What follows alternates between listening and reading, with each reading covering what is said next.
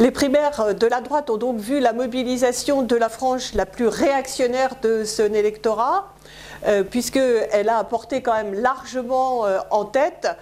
Fillon, celui qui affiche le programme le plus réactionnaire, le plus brutal. Ça ne veut pas dire que les autres sont des progressistes, ça veut dire que là, c'est vraiment le profil de l'attaque la plus brutale contre les droits des salariés, contre la protection sociale, contre les droits sociaux, contre les services publics. Et donc, avec plus de 2/3 des voix, c'est donc un renforcement de ce pôle, de ce qu'on pourrait appeler une droite extrême, avec tous les attributs du programme antisocial, du programme néolibéral, puisque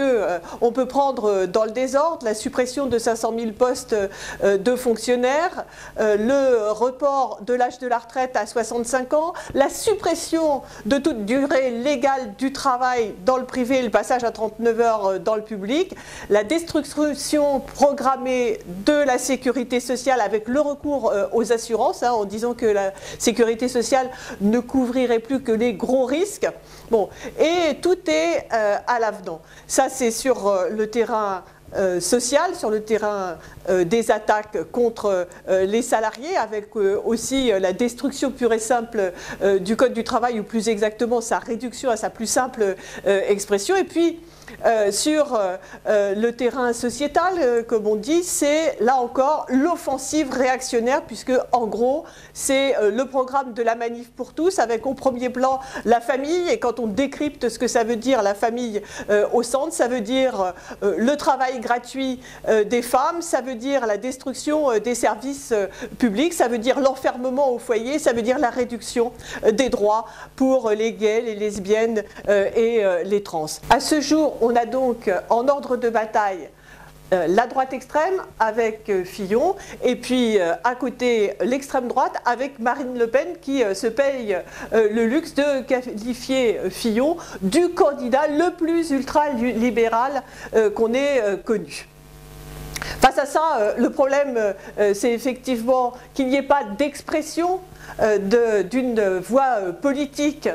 des opprimés, des exploités, qui permettent de poser nos propres questions, d'apporter nos propres réponses, à la fois sur le terrain social, pour répondre au chômage par une réduction massive du temps de travail, pour répondre aux licenciements et aux grands projets inutiles imposés par l'expropriation des grands groupes capitalistes, pour répondre y compris sur le terrain des libertés contre toutes les mesures de liberticides, toutes les mesures sécuritaires et toutes les mesures racistes, par la suppression de toutes